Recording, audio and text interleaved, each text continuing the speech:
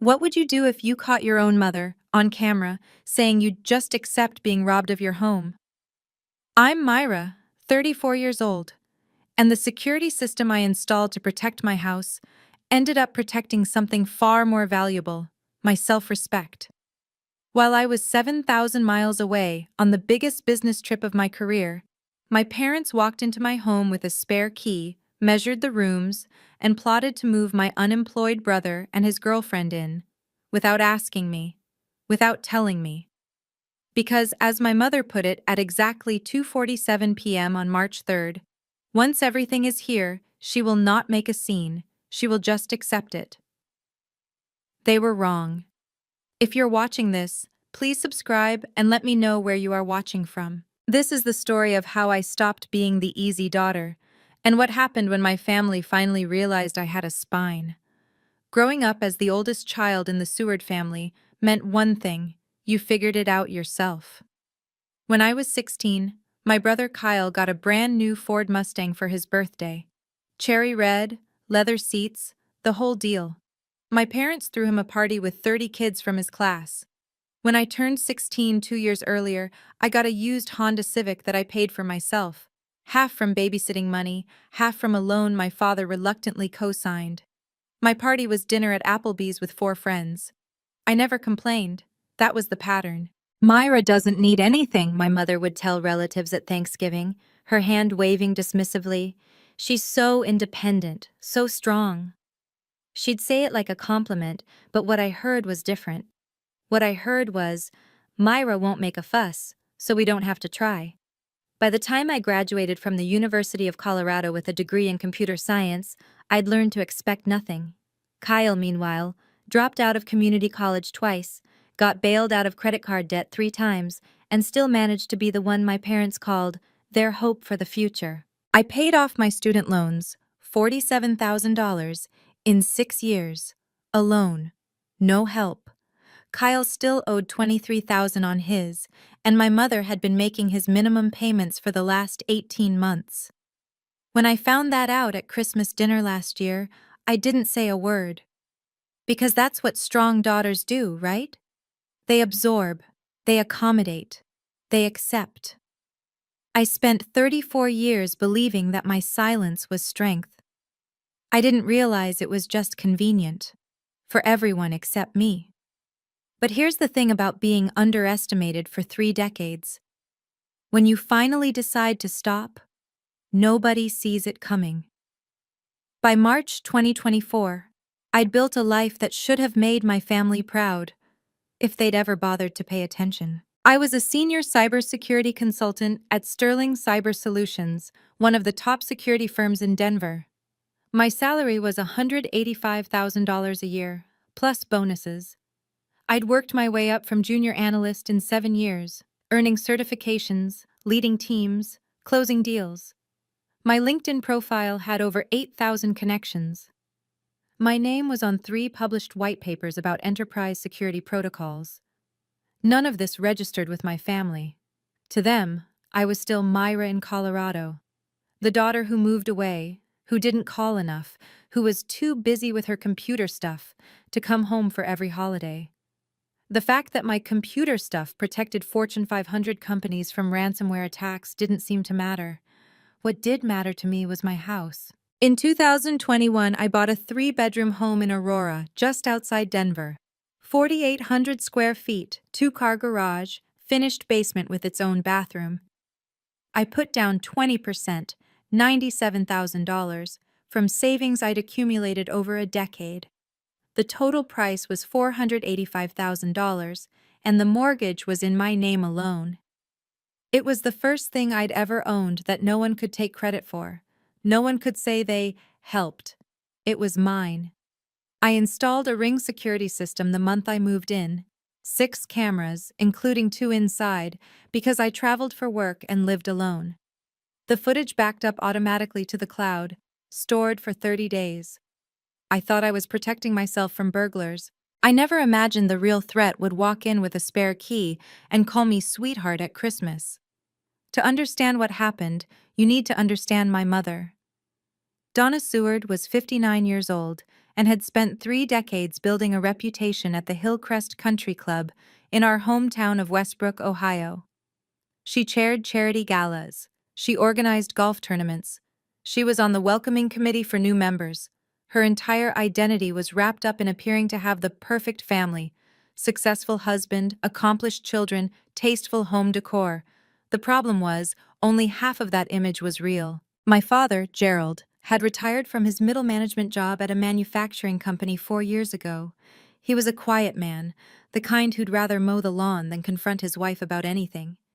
I loved him, but I'd stopped counting on him for backup somewhere around age 12. He'd look at me with sad eyes sometimes, like he knew I was being treated unfairly, but he never said a word. Conflict with Donna wasn't worth the trouble. Then there was Kyle. My brother was 31 years old and had held 6 different jobs in 8 years, never for more than 18 months. Sales rep at a car dealership, bartender, insurance adjuster, personal trainer for 3 months. Each time he quit or got fired, my mother found a reason it wasn't his fault. Bad management, toxic coworkers, the economy. By March 2024, Kyle was unemployed again and 3 months behind on rent for his apartment, $4,200 in the hole. His landlord had started eviction proceedings. His girlfriend, Brittany, was 28 and also unemployed. 3 weeks before my business trip, my mother called me with a suggestion. "Myra, honey, I've been thinking. You have all that space in your house, and Kyle just needs a few months to get back on his feet. Wouldn't it be nice to help your brother?" I said no, politely but firmly. She sighed, said, "I just thought family helped each other," and hung up without saying goodbye. I assumed that was the end of it. I was dangerously wrong. The week after my mother's call, my boss pulled me into his office with news that changed everything. David Morrison was the director of client solutions at Sterling Cyber Solutions, a no-nonsense former military guy who'd built the consulting division from scratch. He didn't waste words, and he didn't hand out compliments lightly. "Myra," he said, sliding a folder across his desk, "I'm putting you on Meridian." My heart stopped. Meridian Financial Group was a Singapore-based investment firm expanding into the U.S. market. They needed a complete security overhaul, network infrastructure, data encryption, compliance protocols, the works. The contract was worth $2.3 million over 3 years. It was the biggest deal Sterling had ever pursued in the Asia-Pacific region. "You'll fly out March 1st, David continued. 12 days on site with their IT leadership. If you close this, you're looking at senior manager and a $45,000 bonus." I stared at the folder. Inside were briefing documents, org charts, technical specifications. This was the opportunity I'd been working toward for 7 years. "I won't let you down," I said. David nodded. "I know. That's why you're going." That night, I booked my flights, Denver to Singapore via Tokyo, departing March 1st, returning March 13th. The final contract signing was scheduled for March 15th at our Denver headquarters, with Meridian's CFO flying in to formalize the deal. I emailed my family a brief update. I'd be traveling for work and would be unreachable except for emergencies. My mother replied with a single line, "So your house will be empty for 12 days?" I didn't think twice about the question. I should have, because while I was focused on the biggest win of my career, my family was planning something else entirely, and they had 12 days to execute it. March 1st, 2024, 6 a.m. Denver International Airport. I stood at the security checkpoint with my carry-on and laptop bag, running through my mental checklist for the 100th time. Presentation decks, loaded. Technical documentation, reviewed. Backup chargers, packed. I was as ready as I'd ever be. Before I left, I'd given a spare key to my neighbor Rachel Holloway, a 36-year-old project manager at a tech startup who'd become one of my closest friends since I moved to Aurora. She had my alarm codes, my emergency contacts, and instructions to water my one surviving houseplant if she remembered. "Text me when you land," Rachel said when I dropped off the key, "and don't let those finance bros push you around." I smiled. "I won't." What I didn't mention was that my parents also had a spare key. I'd given it to them in 2022 when they visited for the only time since I bought the house. My mother had asked for it in case of emergencies, a burst pipe, a power outage, something that needed immediate attention. It seemed reasonable. They were my parents. I texted my mother from the gate. Flying out now, back on the 13th. Talk soon. Her reply came 15 minutes later. Safe travels, sweetheart. 12 days is a long time. Make sure someone checks on your house. I smiled at the message, assuming it was normal parental concern. At 30,000 feet somewhere over the Pacific, I closed my eyes and thought about the pitch I'd deliver in Singapore. I had no idea what was happening in my living room back home. Not yet. March 3rd, 2024. 10:17 p.m. Singapore time. 9:17 a.m. in Denver. I was in my hotel room at the Marina Bay Sands, reviewing slides for the next morning's presentation when my phone buzzed with a notification. Ring alert, motion detected at front door camera. I frowned. Probably a delivery driver or a stray dog. I opened the app absently, planning to dismiss it and get back to work. What I saw made my blood run cold. My parents were standing in my living room. Not outside, inside. My father was walking toward the hallway that led to the bedrooms. My mother was in the kitchen opening cabinets. My first thought was that something was wrong, a break-in, an emergency, something that required their immediate presence. I almost called them, almost. Then I rewound the footage. The first clip started at 2:47 p.m. Denver time. I watched my mother unlock my front door with the spare key I'd given her 2 years ago. She walked in like she owned the place, my father trailing behind her with a measuring tape. For the next 43 minutes, they toured my house. My mother measured the basement, nodding approvingly. She opened closets. She checked the water pressure in the bathroom. My father took notes on his phone. And then I heard it. My father's voice, hesitant. "Do you really think Myra will be okay with this?" My mother laughed. Not a cruel laugh, just dismissive, casual, the way you'd laugh at someone worrying about a non-issue. "Gerald, please. Once everything is here, she will not make a scene. She will just accept it. You know how she is." I replayed those words 3 times. She will just accept it. You know how she is. My hands were shaking, not with sadness, with something harder, something that had been buried for 34 years. I kept watching. "The basement is perfect for Kyle and Brittany," my mother continued. "It has its own bathroom, plenty of space. Myra barely uses it anyway." I scrolled to my email app, still trembling. That's when I found it, forwarded to the old family email account I still had access to because no one had thought to change the password.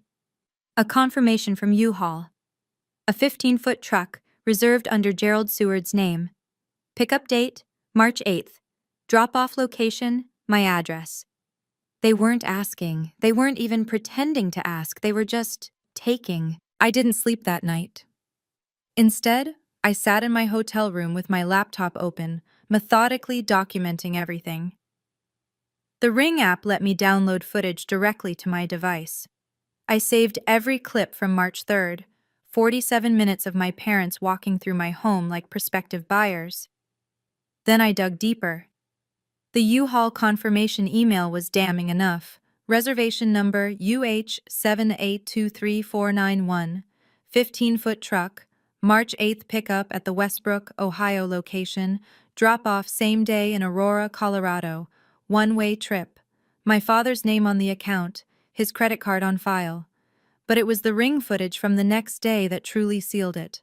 March 4th, 4:23 p.m., Kyle and Brittany arrived. I watched my brother unlock my front door with what must have been a copy of the spare key. He walked straight to my bedroom, not the basement, my actual bedroom, and opened the closet. "This is way better than I expected," he said to Brittany, who was filming on her phone. "Look at this closet space." Brittany panned around the room, giggling. "And the view from this window? So much nicer than that crappy apartment." Mom said the basement, but screw that. Kyle flopped onto my bed, with his shoes still on. Big sister doesn't need the master bedroom. She's never even here. Brittany's voice, off screen. You sure she won't freak out? Kyle snorted. Myra, please. Mom's got her handled. She said, and I quote, leave it to me. I know how to manage her. By the time sis gets back, we'll be settled. What's she gonna do? Kick out family? I screenshot the video at the exact moment my brother's muddy shoes touched my white duvet. Timestamp, March 4th, 2024, 4:31 p.m. They weren't just planning to take my home. They were planning to take my dignity with it, the old Myra would have called. The old Myra would have stammered through a confrontation, listened to her mother's justifications, let her father's silence fill the gaps, and somehow ended up apologizing for being difficult. The old Myra would have told herself that family was family, that keeping the peace mattered more than keeping her house, that she could figure something out. I was done being the old Myra. At 2 a.m. Singapore time, I sat on the edge of my hotel bed and made a decision. I wasn't going to confront them over the phone. A phone call would give them time to spin a story. My mother would cry. My father would mumble. Kyle would play the victim. By the end of it, I'd be the villain for overreacting. No. If they wanted to ambush me with a fait accompli, I'd return the favor. And I'd do it somewhere my mother couldn't escape, somewhere her carefully constructed image actually mattered. I pulled up my calendar. March 16th, Mom's 60th birthday party, Hillcrest Country Club. 85 confirmed guests. She'd been planning it for months. The invitations were cream-colored with gold embossing. There would be a DJ, a 3-tier cake, a slideshow of family photos. Every person my mother had ever wanted to impress would be in that room. I picked up my phone and scrolled to my aunt's number. Linda Hartwell, my father's younger sister. She was 63, recently widowed, and the only relative who'd ever pulled me aside at holidays to say, "Your mother isn't fair to you, sweetheart." My text was simple. Aunt Linda, I'm planning to say a few words at Mom's party. Could you let her know I'd like a moment at the mic? The reply came an hour later. Of course, honey. Donna will be thrilled. She always says you don't talk enough at these things. I smiled grimly at my phone. Mom wanted me to talk? Fine. But first, I had to let them dig their own grave a little deeper. The next morning, I video called Rachel before my first meeting. You need to see something, I said, my voice flat. And I need you to tell me I'm not crazy. Rachel's face shifted from sleepy confusion to full alertness as I shared my screen. I played the footage, my mother's dismissive laugh, Kyle's muddy shoes on my bed, the U-Haul confirmation. For 30 seconds after the video ended, Rachel said nothing. Then, Myra, what the actual hell? They're moving him in on March 8th, I said. 5 days from now. This is trespassing. This is... Rachel ran her hands through her hair. How did they even get in? Did they break a window? Spare key. I gave it to them 2 years ago. And they just decided your house was Kyle's now? I nodded. The anger I'd felt the night before had settled into something colder, more focused. She said I would just accept it, I repeated, like I'm not even a person, just an obstacle to manage. Rachel leaned closer to her camera. What are you going to do? I told her about the birthday party, the 85 guests, the plan to let them think they'd won, until they hadn't. For a long moment, Rachel was quiet. Then she exhaled slowly. You're sure about this? This isn't a take-it-back situation. Once you do this, it's done. I know. And you're okay with that? I thought about 34 years of silent accommodations. The Honda Civic while Kyle got a Mustang. The phone calls that only came when someone needed something. The way my mother said Myra doesn't need anything, like it was a fact of nature rather than a failure of love. I'm okay with it, I said. Rachel nodded slowly. Then I've got your back. I'll download backup copies of everything to my cloud, separate from yours. If you need a witness, I'm there. Thank you. And Myra? Rachel's eyes were fierce. Don't you dare feel guilty. They did this, not you. I hung up and went to my meeting. I had a $2.3 million contract to close. That evening, I sent an email to Marcus Webb. Marcus was a real estate attorney who lived 3 houses down from me in Aurora. We'd met at a neighborhood block party the previous summer, and he'd given me his card with the standard, "Let me know if you ever need anything" offer. At the time, I thought I never would. I kept my email professional, clinical. Marcus, I have a legal question regarding property rights. My parents have a spare key to my home, given with permission in 2022 for emergency access. I've learned they plan to move my adult brother into my house without my knowledge or consent while I'm traveling for work. Can you clarify my rights as sole property owner? His response arrived 6 hours later, at 4:12 a.m. Singapore time. He'd clearly stayed up late. Myra, I've reviewed the situation you described. As sole title holder of the property, per public records showing the deed in your name as of October 2021, you have complete authority over who resides there. A spare key given for emergency access does not constitute permission for extended occupancy by third parties. If your brother moves in without written consent, this constitutes unauthorized occupancy. You are within your rights to 1. Demand immediate departure, 2. Change all locks, and 3. Contact law enforcement if they refuse to leave. I recommend documenting everything: video footage, emails, text messages, in case legal action becomes necessary. I'm happy to provide a formal letter if needed. Regards, Marcus Webb, Escrow. Webb and Associates, Real Estate Law. I saved the email. Then I saved it again to a separate folder. The pieces were falling into place: video evidence, email documentation, legal confirmation. All I had to do now was wait and watch my family prove exactly who they were. Over the next 2 days, I built my trap with the same precision I applied to cybersecurity assessments. Step 1. Additional documentation. I contacted Ring customer support and requested a verification letter confirming that my account had continuous cloud backup from February through March 2024. They emailed a PDF within 24 hours, time-stamped, authenticated, with my account details. If anyone tried to claim the footage was edited, I had a tech company's records to prove otherwise. Step 2. Redundancy. Rachel purchased 2 small cameras from Amazon, the same model I already had, so they'd sync to my existing app. She picked them up at her address and installed them in my house on March 5th, positioning one in the basement and one in the hallway outside my bedroom. If Kyle and Brittany were going to take over my home, I wanted every angle. Step 3. Social engineering. I called my Aunt Linda on March 6th, keeping my voice light. "I'm so looking forward to Mom's party," I said. "I've been thinking about what to say. I want it to be meaningful." "That's so sweet, Myra." Aunt Linda's voice was warm. "Your mother will love that. She's always saying you don't express yourself enough." I bit back a bitter laugh. "How many people are coming?" 85, last count. Everyone who's anyone at Hillcrest, plus family, of course." She paused. "You know, I heard something about Kyle moving somewhere new. Do you know anything about that?" My heart rate spiked, but I kept my voice neutral. "Oh? Your mother mentioned he'd found stability. She seemed very pleased."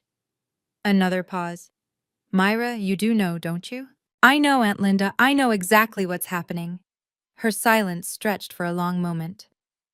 "I've watched your mother for 40 years, she finally said. "I've never agreed with how she treats you. If you need me in your corner—" "I might," I said. "I just might." I hung up and checked my Ring app. Kyle's car was in my driveway.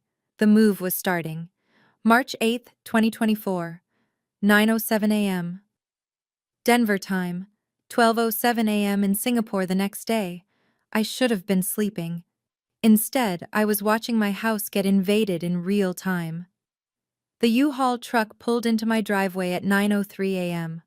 Gerald was driving, Kyle rode shotgun, and Brittany followed in Kyle's beat-up Nissan with 2 of his friends, guys I vaguely recognized from old Facebook photos. For the next 6 hours, I watched them systematically move my brother's life into my home.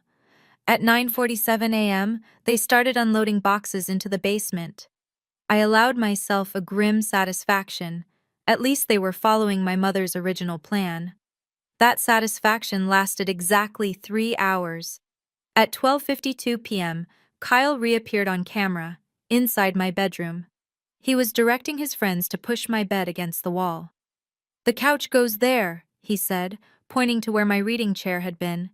"And the TV mount needs to go on that wall. Brittany wants the closet cleared out by tonight." One of his friends, a heavy-set guy in a baseball cap, looked uncomfortable. "Dude, isn't this your sister's room?" Kyle waved dismissively. "She's got like 3 bedrooms. She doesn't need the big one. Besides, it's not like she's gonna say anything. Myra's like pathologically non-confrontational." I screenshot that moment. Timestamp, 12:54 p.m. By 2 p.m. my mother arrived. She walked through the house with the satisfaction of a general surveying conquered territory, adjusting picture frames, tutting at the dust on my bookshelves. "This will work perfectly," she said to my father. "Once Kyle is settled, Myra will see it makes sense. She's always been the practical one." Gerald, to his minimal credit, looked uneasy. "I still think we should have asked her." "Asked?" My mother's laugh was sharp. "Gerald, if we asked, she would have said no. And then what? Kyle on the street? Our son? No. This is family helping family. Myra will understand." At 6:17 p.m. they ordered pizza. 3 large pies delivered to my address. They ate in my living room, on my couch, watching my television. At 7:43 p.m., my mother called my phone. I let it go to voicemail. Her message was bright and cheerful. "Hi, sweetheart. Just calling to check in. I have some wonderful news about Kyle that I can't wait to share. Call me when you land." I saved the voicemail to my evidence folder. 47 video clips, 14 hours of footage, one family that assumed I would just accept it. They had no idea what was coming. I'm going to pause here because I need to ask you something. If you caught your family doing this, moving into your home, taking your bedroom, eating your food, all while assuming you'd just accept it, what would you do? Let me know in the comments. And if you want to find out what happened at my mother's birthday party, hit that subscribe button and turn on notifications. Trust me, you don't want to miss what comes next. While my family was settling into my house, I was closing the biggest deal of my career. March 12, 2024. The final presentation to Meridian Financial's executive team. I walked into that conference room with 12 days of suppressed rage simmering beneath a polished exterior. Every frustration, every betrayal, every timestamp I'd memorized, I channeled all of it into laser focus. The presentation was flawless. 47 slides on network architecture, data encryption protocols, compliance frameworks, and implementation timelines. When the CFO asked about potential vulnerabilities, I didn't hesitate. When the CTO challenged our pricing model, I had counter-arguments ready. I was calm. I was thorough. I was completely in control. By 4 p.m. Singapore time, we had a verbal commitment. David Morrison called me from Denver that night, his voice cracking with rare enthusiasm. "Myra, the Meridian team just emailed me. They said, and I'm quoting, 'We've never seen someone handle our concerns with such composure and precision. Contract signing is confirmed for March 15th. You did it.' Thank you, David. Senior manager position is yours. $5,000 bonus hits your account end of next month." He paused. "You sound tired. Everything okay?" I looked at my phone where the Ring app still showed Kyle's car in my driveway. "Just jet lag," I said. "I'll be fine once I'm home." I booked my return flight for March 13th, arriving in Denver the morning of the 14th. That gave me 2 days before the contract signing, and 2 days before my mother's party. 47 video clips, email confirmations, legal opinion, backup storage with Rachel. I created a PowerPoint presentation that night, sitting alone in my hotel room. 12 slides, 4 embedded video clips, 1 timeline. Everything they'd said, everything they'd done, all of it ready to be displayed on an 85-inch screen at the Hillcrest Country Club. March 14th, 2024, 7:23 a.m., Denver International Airport. I walked through arrivals with my carry-on, phone already open to the Ring app. Kyle's Nissan and Brittany's Honda were both parked in my driveway. Smoke rose from my chimney. They'd figured out how to use the fireplace. For a moment, I imagined driving there, confronting them, watching their faces as they realized I knew everything. But that would be giving them an out. If I confronted them privately, my mother would spin it. I'd become the heartless sister who threw Kyle onto the street. The story would be all about my cruelty, not their violation. By the time my mother finished telling her version at the country club, I'd be the villain and she'd be the suffering martyr. No. I drove past my exit and checked into the Maven Hotel in downtown Denver. $312 a night, worth every penny for the peace of mind. My text to my mother was carefully crafted. Landed safely. Jet lag is rough. Staying at a hotel near the office tonight to rest before the contract signing tomorrow. See everyone at your party on the 16th. Her response came in 11 minutes. Sounds good, sweetheart. Can't wait to see you. I have a wonderful surprise to share. 3 exclamation points. A wonderful surprise. I almost admired her audacity. The next morning, March 15th, I walked into Sterling Cyber Solutions headquarters in my best gray suit. The Meridian team had flown in from Singapore, and by 2 p.m., we had signed contracts worth $2.3 million. David Morrison shook my hand in front of the entire executive team. To Myra Seward, he said, who closed the biggest deal in our company's history without missing a single beat. If only he knew what I'd been managing on the side. That night, I sat in my hotel room and practiced my speech. 12 slides, 4 video clips, 85 witnesses, 24 hours until my mother's birthday party. The night before the party, Rachel came to my hotel room. She sat on the edge of the bed while I ran through the presentation one final time, checking that each video clip loaded correctly, that the audio was clear, that the timestamps were visible. "You're really doing this," she said. It wasn't a question. "I'm really doing it." Rachel was quiet for a moment. "I need to ask you something, and I need you to be honest with me."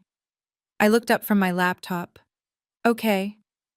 Is this about justice, or is it about revenge?"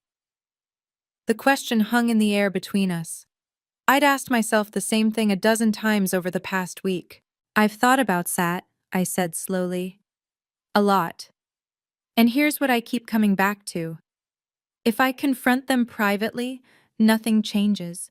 My mother will cry, make excuses, maybe apologize without meaning it. In 6 months, there'll be another boundary crossed, another assumption that I'll just accept it. The only way to break the pattern is to make the cost visible, public, undeniable. And if it destroys your relationship with them?" I closed my laptop. "Rachel, what relationship? They literally took over my house without asking. My mother said I was easy to manage. My brother called me pathologically non-confrontational. That's not a relationship. That's an arrangement where I absorb whatever they throw at me." Rachel nodded slowly. She reached into her bag and pulled out a USB drive. "Backup of everything," she said. "Video files, email screenshots, Marcus's letter, just in case." I took it.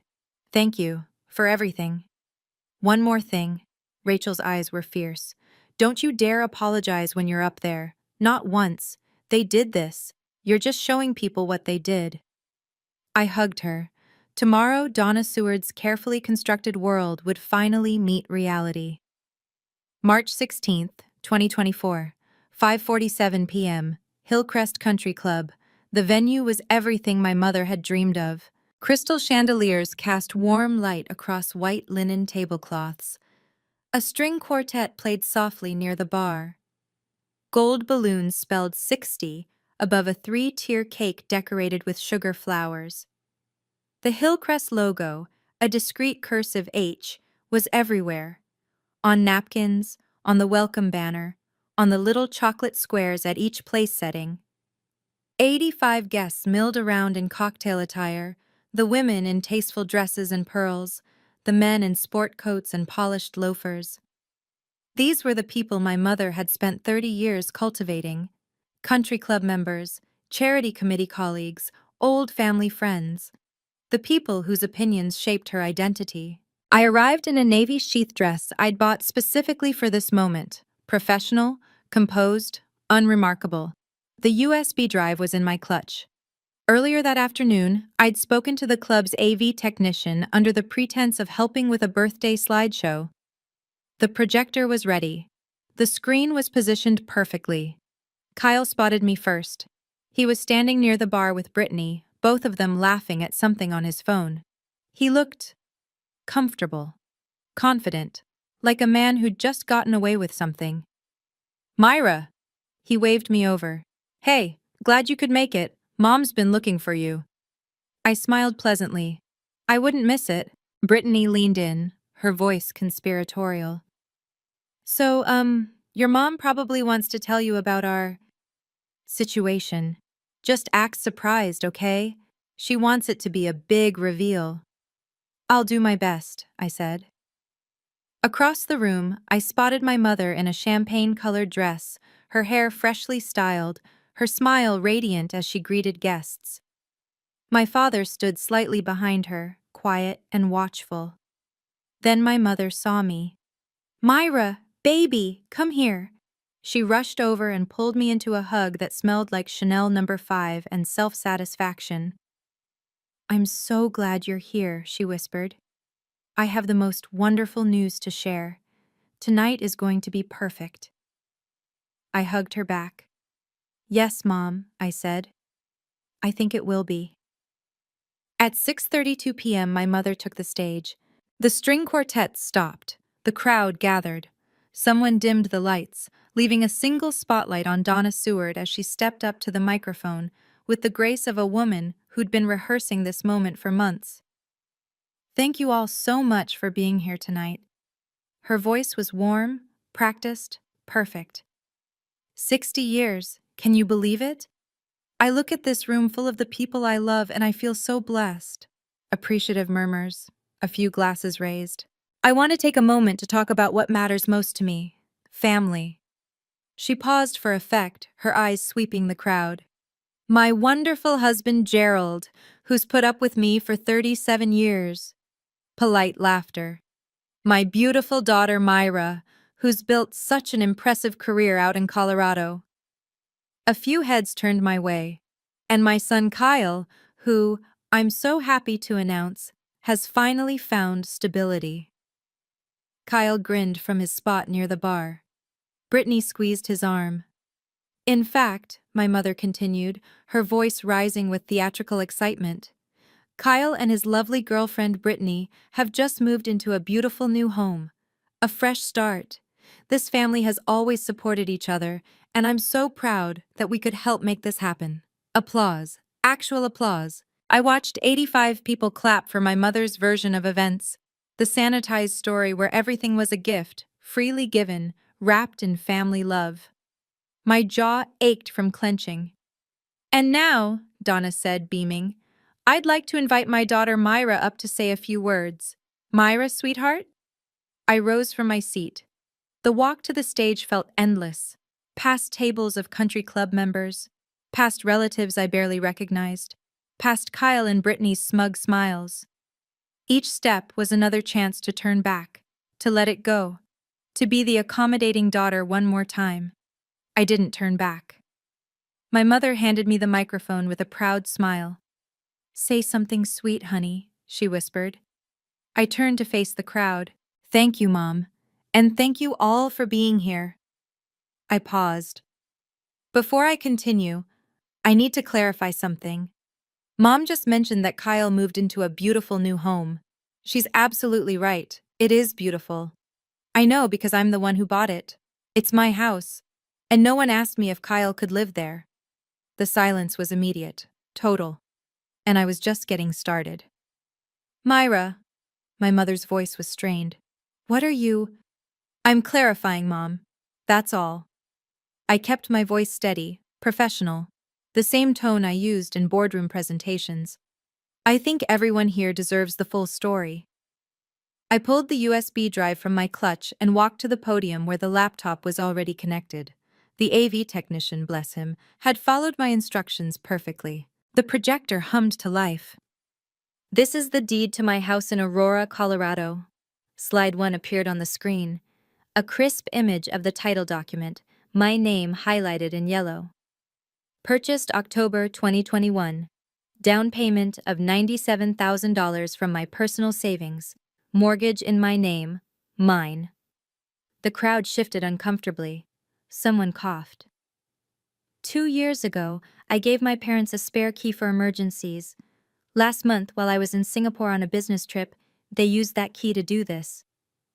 I clicked to the next slide. The video started. The footage was crystal clear. My mother walking through my living room, measuring tape in hand. My father trailing behind, taking notes. The timestamp in the corner read 03/03/2024, 2:47 p.m.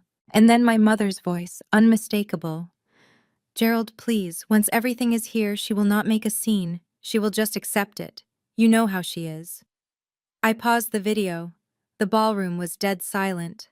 I looked at my mother, whose face had gone gray. That's you, Mom.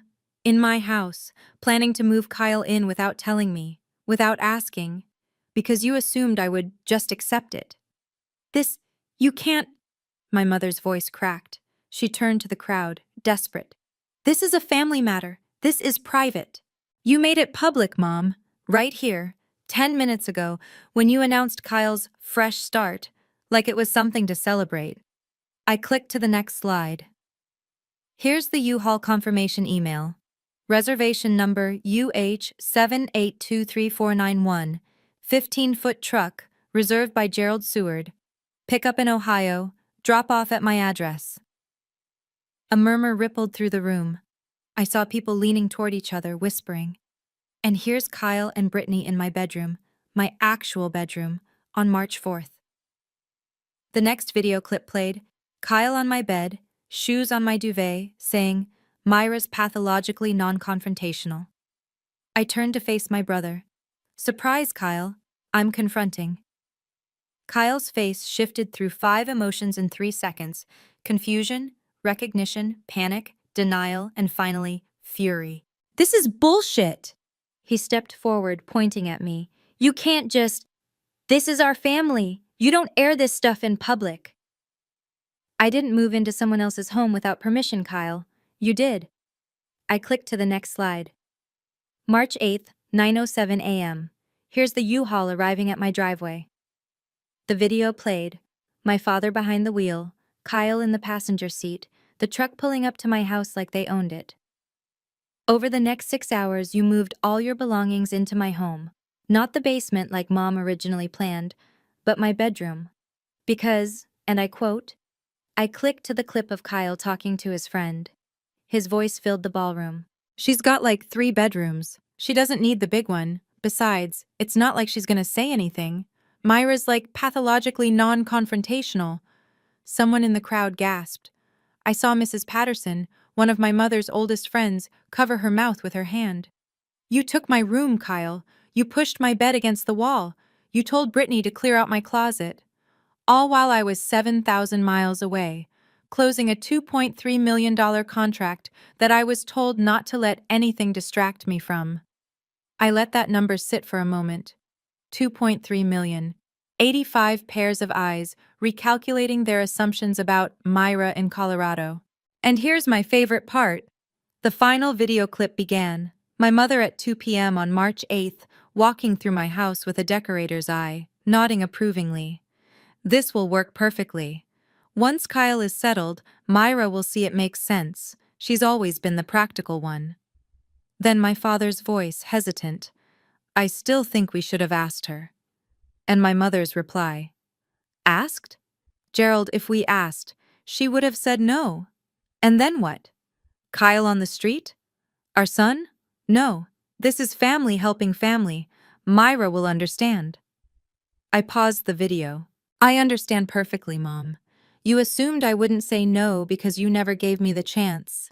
You assumed I'd be practical because that's what you've trained me to be for 34 years. I looked directly at her. But here's what you didn't calculate.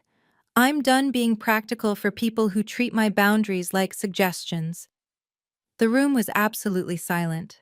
Not a cough, not a whisper, just 85 people watching Donna Seward's perfect world crack down the middle. My mother stood frozen at the edge of the stage, her champagne-colored dress suddenly looking less elegant, more fragile. Her carefully applied makeup couldn't hide the way her face had crumpled.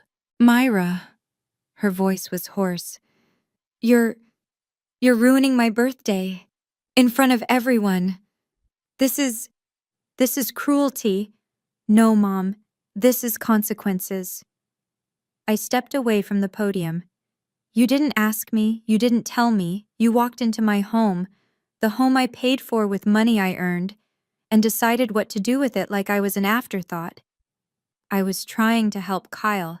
You were trying to use me." My voice stayed level, but the words carried.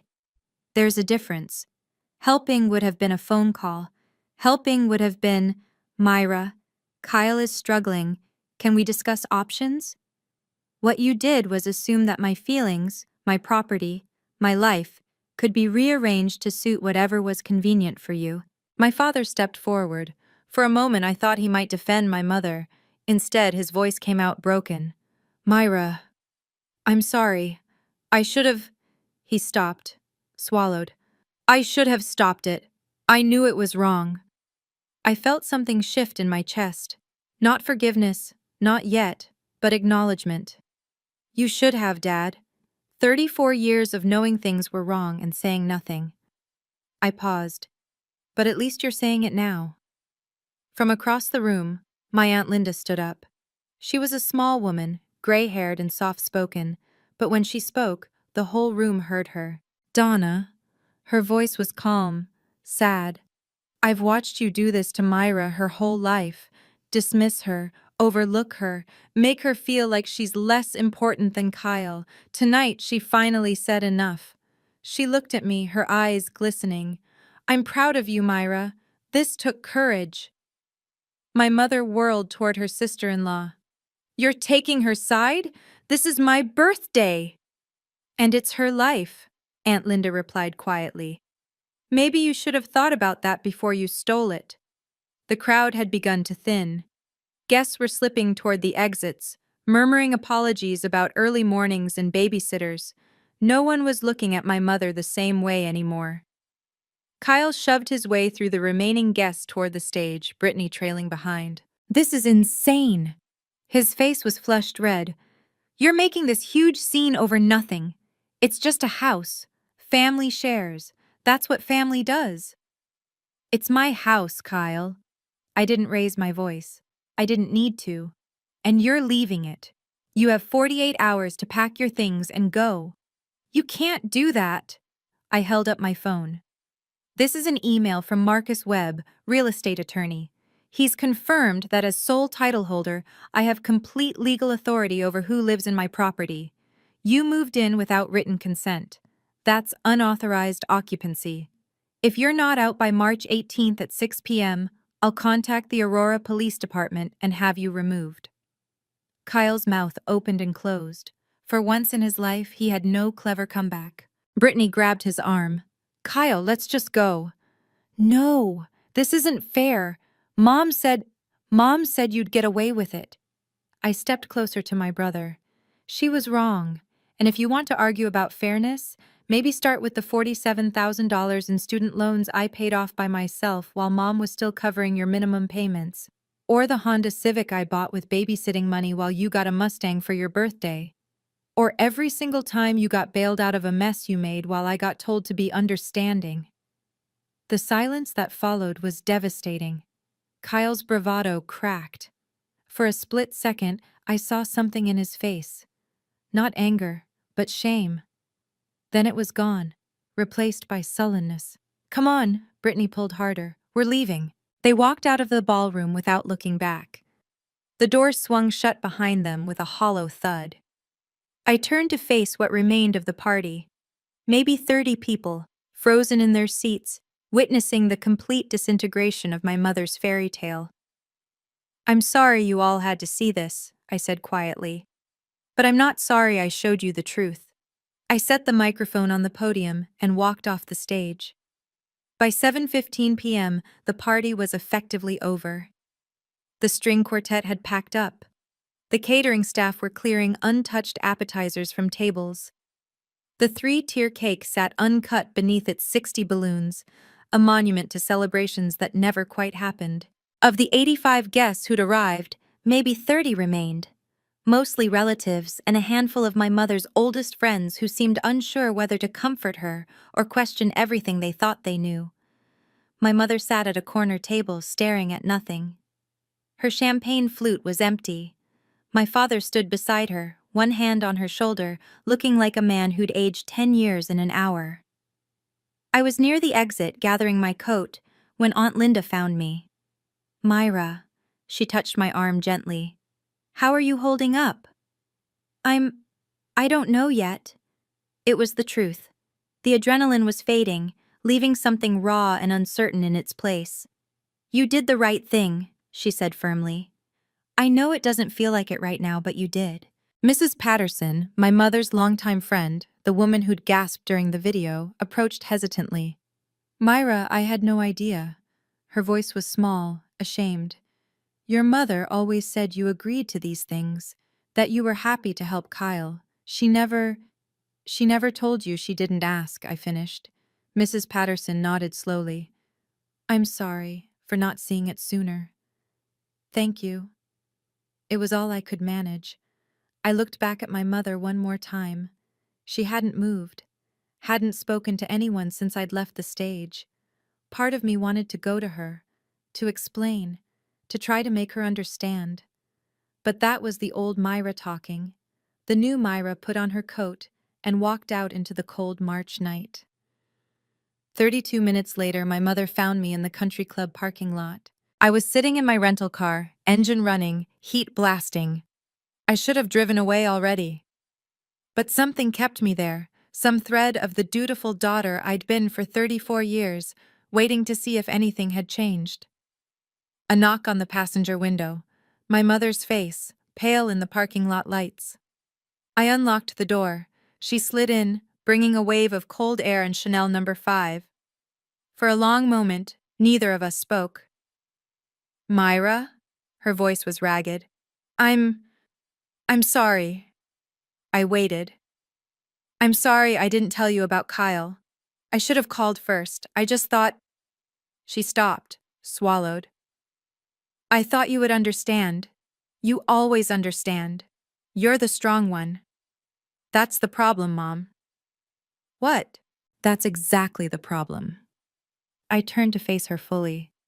"You've spent my entire life telling yourself that I'm strong, that I don't need anything, that I'll just accept it.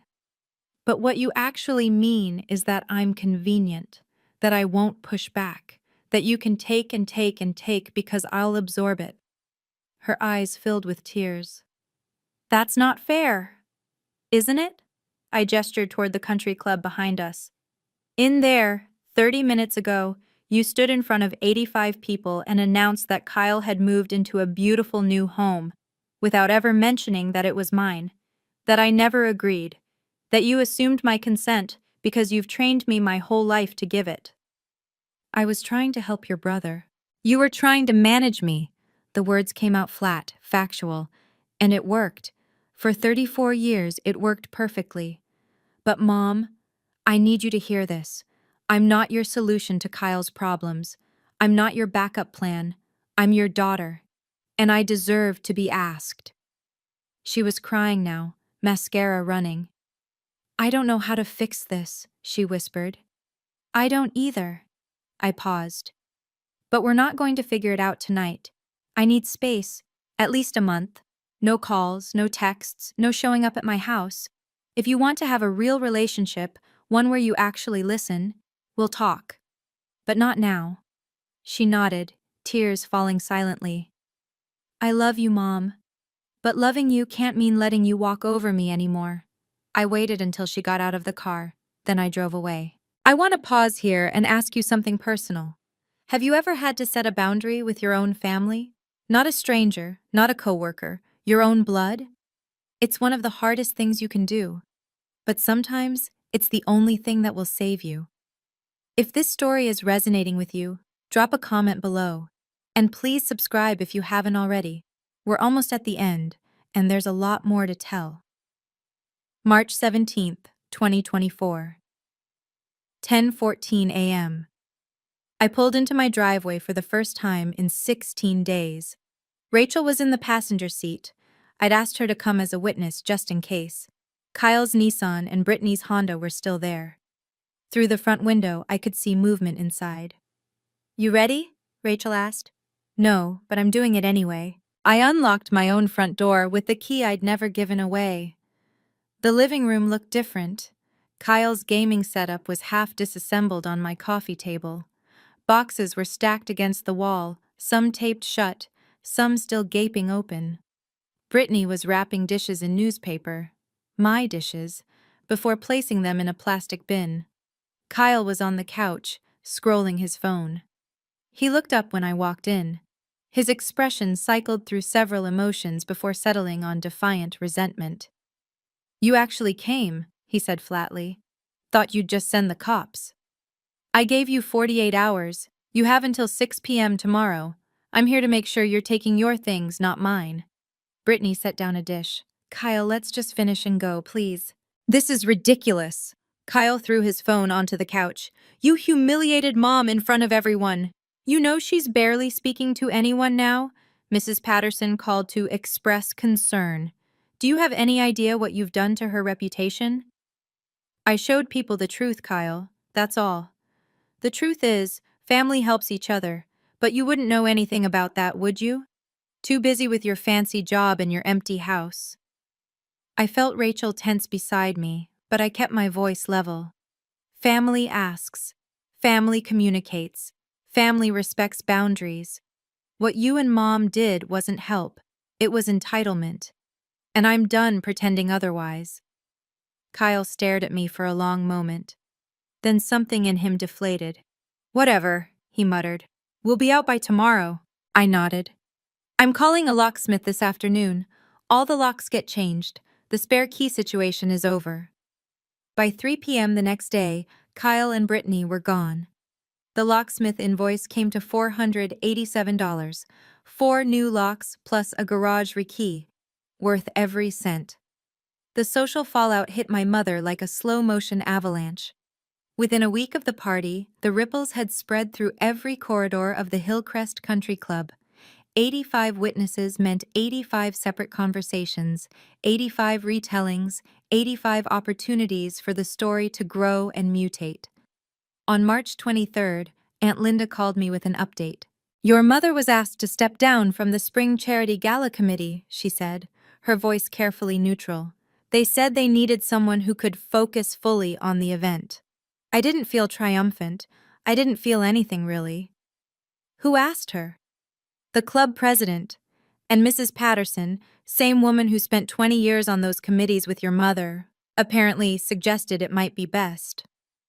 The same Mrs. Patterson who'd approached me at the party, claiming she had no idea. Apparently her sympathy had limits. "How's Mom taking it?" "She's not doing well. She's barely left the house. Your father says she cries most afternoons." I closed my eyes. "I didn't want this, Aunt Linda. I just wanted her to understand." "I know, sweetheart, but understanding and consequences aren't the same thing. She's facing both now, and she's not handling it gracefully." That same week, my father called me, the first time he'd ever initiated contact without my mother's prompting. "Your mother's struggling," he said, his voice tired. "I'm not calling to guilt you. I'm calling because I should have done more. A long time ago." "You should have, Dad." "I know." A long pause. "Myra, I love you, and I'm sorry I let you down. It wasn't enough, but it was more than I'd ever gotten before." "I love you too, Dad. Let's take it one step at a time. We talked for 20 more minutes, the longest conversation we'd had in years. Kyle's fresh start lasted exactly 3 weeks. After leaving my house, he and Brittany bounced between friends' couches, wearing out their welcome faster than anyone anticipated. By early April, they were down to one last option: Kyle's college buddy Marcus, who had a pull-out sofa and declining patience. My mother, predictably, tried to intervene. They could stay with us, she told my father, just until Kyle finds something. According to Aunt Linda, who was present for this conversation, my father did something unprecedented. He said no. Donna, he said, we've been helping Kyle his entire life. Where has it gotten him? 31 years old, no stable job, no savings, expecting other people to fix his problems. Maybe it's time he figures it out himself. My mother didn't speak to him for 2 days, but she didn't override him either. Without a family safety net to fall back on, Kyle was forced to do something novel: function independently. He applied to a dozen jobs in 2 weeks. Most didn't call back. A few did. On April 8th, he started working at an Amazon fulfillment center. $18 an hour, 4 10-hour shifts per week. It wasn't glamorous. It wasn't the sales management career he'd always talked about, but it was a paycheck. Brittany lasted exactly 19 days after that. She told me she didn't sign up for this, Kyle admitted to my father during a phone call that Aunt Linda later relayed to me. For struggling, for a normal apartment, she thought I was going to, I don't know, level up or something. And you thought Myra's house was the level up, my father said quietly. Kyle didn't answer. When I heard all this secondhand, I felt something unexpected, not satisfaction, but sadness. My brother wasn't evil, he was just thoroughly enabled by my parents, by the women in his life, by a family system that never required him to stand on his own feet. Maybe, finally, he was learning.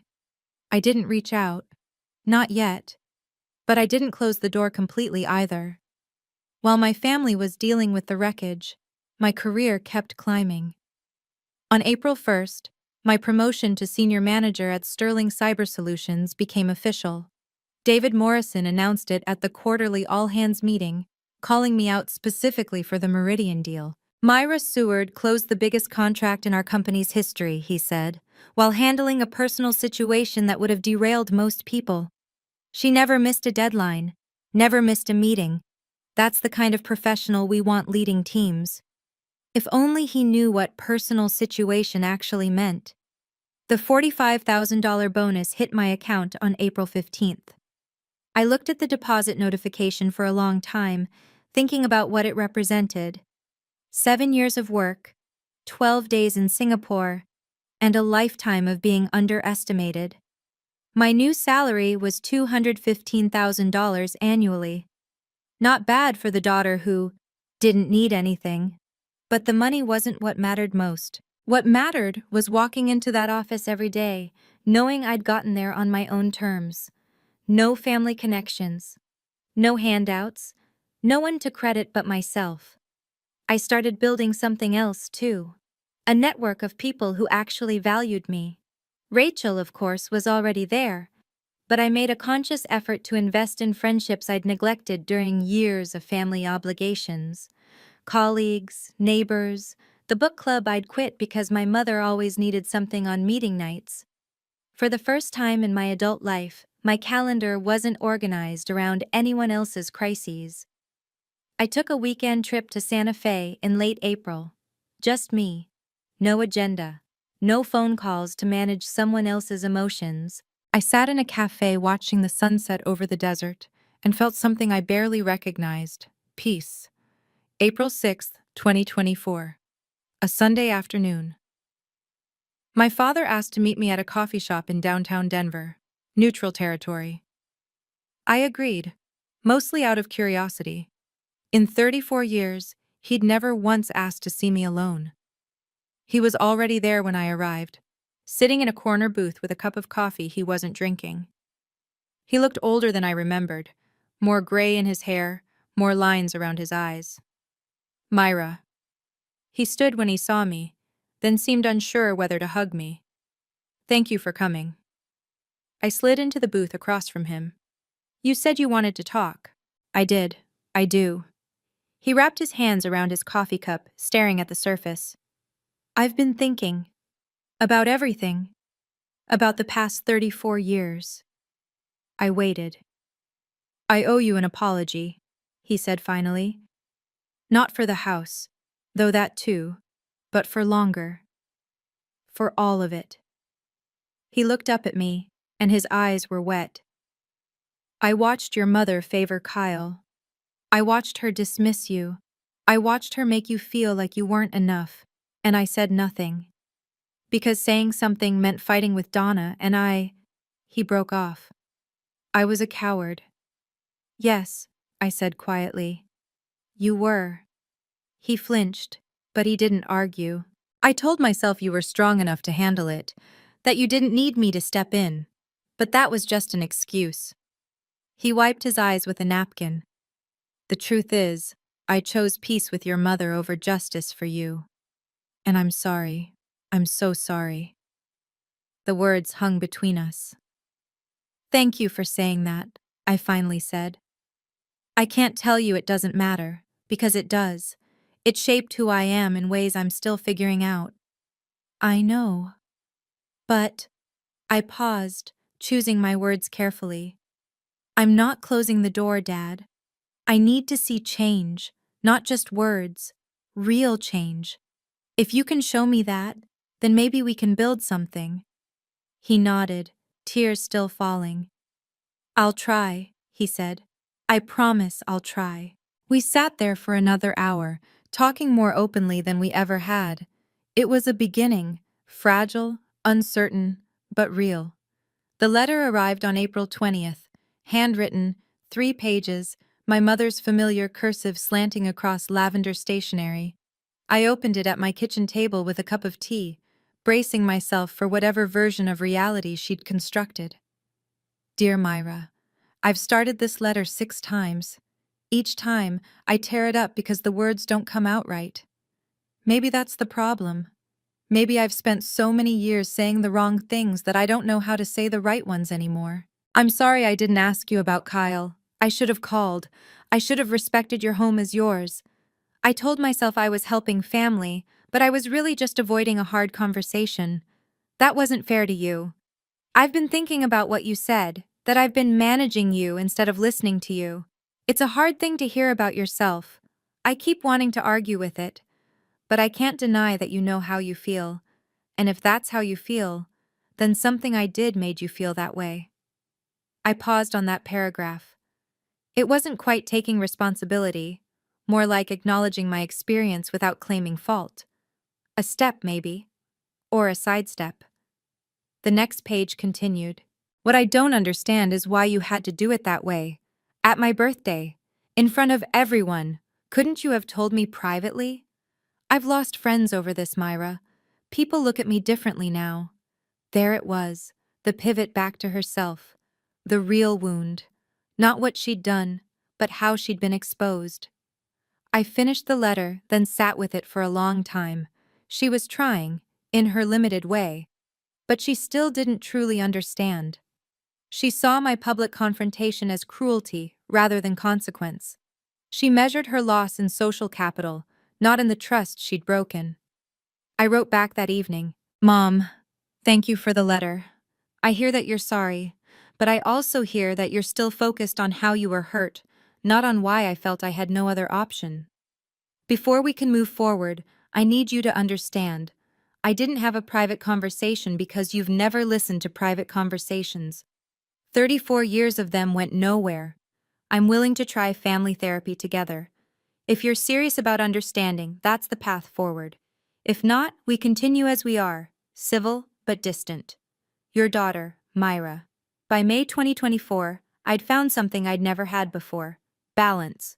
My house was mine again. Quiet, peaceful, exactly as I'd left it before Singapore. The new locks gleamed on every door. The Ring cameras kept their silent watch, though I checked them far less often now.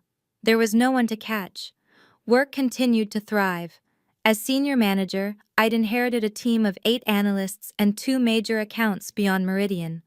My days were full of strategy meetings, client presentations, and mentoring junior staff who reminded me of myself a decade earlier. Talented, driven, unsure if anyone noticed. I made sure to notice. My relationship with my family had settled into something new. Not healed, healing takes longer than 2 months, but clarified. My father called every 2 weeks, keeping his word. Our conversations were short but genuine. Updates about his garden, questions about my projects, small talk that felt like bridge building rather than obligation. He'd started pushing back on my mother in minor ways, disagreeing about restaurant choices, spending Saturday mornings at the hardware store instead of accompanying her to club events. Baby steps, but steps. My mother and I had attended one therapy session together, just one so far. Dr. Elaine Dr. Elaine Wright was a family therapist with 30 years of experience and zero tolerance for deflection. When my mother tried to redirect the conversation toward how embarrassing the birthday party had been, Dr. Wright gently but firmly brought it back. "We're here to discuss patterns, Donna, not public perception." My mother cried, she argued, she scheduled a second session. Progress, maybe. Kyle and I hadn't spoken since he left my house. I was okay with that. Some distances need to exist before any bridges can be built. Aunt Linda and I met for lunch on the first Sunday of every month. She'd become something I'd never had growing up, a family member who saw me clearly and loved me anyway. I adopted a cat in late May, a gray tabby named Pixel who'd been overlooked at the shelter for months. We understood each other perfectly. The text arrived on June 15th, 4 months after the birthday party. "Hey, it's Kyle. I know I probably shouldn't be texting you, but I wanted you to know something. I've kept my job at Amazon for 3 months now. First time I've held something that long in years. I'm not asking for anything. Just thought you should know." I stared at my phone for a long time. The old Myra would have responded immediately, something warm and forgiving, an invitation to talk, an open door. The old Myra would have been so relieved that her brother was reaching out that she'd have forgotten why she'd needed to set boundaries in the first place. I wasn't the old Myra anymore. I waited 48 hours before responding. When I did, I chose my words with the same care I'd bring to a contract negotiation. "Kyle, I'm glad to hear you're doing better. Holding a job for 3 months is a real accomplishment, and I hope you're proud of yourself. You should be. I'm open to staying in contact, but I need you to understand something. I'm not your safety net. I'm not someone you come to when things fall apart. If we're going to have a relationship, it has to be as equals, not as the responsible sister and the struggling brother. If you can work with that, we can talk. If not, I wish you well from a distance. Myra." His reply came an hour later. "I get it, I really do, and I'm not looking for a bailout. I just wanted you to know that what happened, it made me think about a lot of things. Maybe we can get coffee sometime. No agenda, just coffee." I left the message unanswered for 3 days. Then, maybe, when I'm ready, I'll reach out. That was the truth. And for now, it was enough. One night in late June, I found myself sitting on my couch with my laptop open, Pixel curled beside me. I don't know what made me do it. Curiosity, maybe. Or the need to confirm that everything I remembered was real, that I hadn't exaggerated the betrayal in my memory. I opened the archive folder and found the video from March 3rd. My mother's face filled the screen, younger looking than I remembered, her voice clear and dismissive. "Once everything is here, she will not make a scene. She will just accept it. You know how she is." I watched it twice. The strange thing was, it didn't hurt anymore. Not like it had in that Singapore hotel room when my hands shook and my chest felt like it was caving in. Now it just felt distant, like watching a documentary about someone else's life. I closed the file and saved it back to the archive. I didn't delete it. Evidence was evidence, and I wasn't naive enough to think everything was permanently resolved, but I didn't need to watch it again. I carried my laptop to the kitchen, poured a glass of wine, and walked out to my back patio. The Denver night was warm, the stars partially visible through the city glow. Pixel followed me, weaving between my ankles before settling on the chair beside me. They thought I was weak, I said aloud, to Pixel, to myself, to no one in particular. They thought silence meant acceptance. Compliance meant contentment. They were wrong. I sipped my wine and looked up at the sky. The cameras in the corners of my house kept their quiet vigil, but they weren't watching for family anymore. They were just watching for me. And that made all the difference. July 2024 felt like the first month of the rest of my life. I started seeing a therapist of my own, not because I was broken, but because healing requires more than just distance from the people who hurt you. It requires understanding why you let them. Dr. Wright, the same therapist handling the family sessions, recommended a colleague named Dr. Sarah Monroe, who specialized in adult children from enmeshed families. In our first session, she asked me a question no one had ever asked before. What do you want your life to look like in 5 years, Myra? Not your career, not your family relationships, your life. I didn't have an immediate answer. I'd spent so long defining myself by my achievements and my family's expectations that I'd never thought about what I actually wanted for myself. But I was learning. I booked a trip to Portugal with Rachel, 2 weeks in September, our first real vacation together. We spent hours planning an itinerary: Lisbon, Porto, the Douro Valley. No work emails, no family obligations, just two friends exploring a new country. I started saying no to things that drained me, and yes to things that filled me up. I stopped measuring my worth by how useful I was to other people. Pixel and I fell into a comfortable routine: morning coffee on the patio, evening reading on the couch, weekend hikes in the foothills. For the first time in 34 years, my life felt like mine. Not borrowed, not contingent, not waiting for approval, just mine. I'm standing in my living room now, telling you this story. The afternoon light comes through the windows I picked out myself, falling across the hardwood floors I paid for with money I earned. Pixel is asleep on the chair my mother once measured for Kyle's gaming setup. The Ring camera in the corner blinks its quiet blue light, still watching, still recording, still mine. Some people will hear this story and think I destroyed my family. They'll say I should have handled it privately. They'll say blood is thicker than water, that you don't air dirty laundry in public, that I went too far. Here's what I know. I spent 34 years handling things privately. 34 years of quiet accommodation. 34 years of being the easy daughter who didn't need anything. Where did it get me? Standing in a hotel room in Singapore, watching my own mother give away my home because she assumed I wouldn't fight back. So I fought back, not with cruelty, not with revenge, but with truth, spoken in the only place my mother valued enough to finally listen. If you're watching this and you recognize yourself, if you've been the family member who always gives, always forgives, always absorbs, I need you to hear this. You are allowed to have boundaries. You are allowed to say no. You are allowed to protect your space, your peace, your life. It's not selfish. It's not cruel. It's survival. And if the people who are supposed to love you can't handle your boundaries, that tells you everything you need to know about their love. That's my story. Thanks for listening. If this resonated with you, I'd love to hear your story in the comments.